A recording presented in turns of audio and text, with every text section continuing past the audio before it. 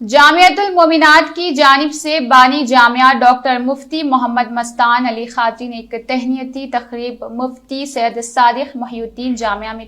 मुनक्किद की थी, जिस अलहाज मौलवी वहीद अहमद एडवोकेट साबिका रुकन वक्फ बोर्ड रियासती सदर तेलंगाना मुस्लिम एडवोकेट्स फोरम, अमीर सुन्नी दावत इस्लामी मौलाना मोहम्मद हसन फारूकी, खतीबुल असर हाफिज सैयद मुजफ्फर हुसैन, बंदा नवाजी सुन्नी होनाइट फोरम और डॉक्टर हाफिज मोहम्मद साबिर पाशा, इमाम व खतीब हज हाउस, मोहम्मद अजीम खादरी एडवोकेट, मोहम्मद साजिद अली एडवोकेट, मुफ्ती मोहम्मद अब्दुल रहीम, मोहम्मद अब्दुल रज़ाक मेमन और दीगर मौजूद रहे। इस मौके पर अलहाज मौलवी वहीद अहमद एडवोकेट साबिक रुकन वक्फ बोर्ड और रियासती सदर तेलंगाना मुस्लिम एडवोकेट्स फोरम ने यूनाइटेड मुस्लिम फोरम की सदरात के लिए फोरम के जिम्मेदारों ने सही इंतखाब अमल में लाते हुए मुफ्ती सैयद सादिक मोहिउद्दीन को सदारत सौंपी और ये यूनाइटेड मुस्लिम फोरम का सही वक्त पर अच्छा फैसला रहा, जिसकी हम सताइश करते हैं और इसकी तायद भी करते हैं। इस मौके पर मुफ्ती सैयद सादिक मोहिउद्दीन साहब को तहनीत पेश की गई है। इस पर मुफ्ती सैयद सादिक मोहिउद्दीन ने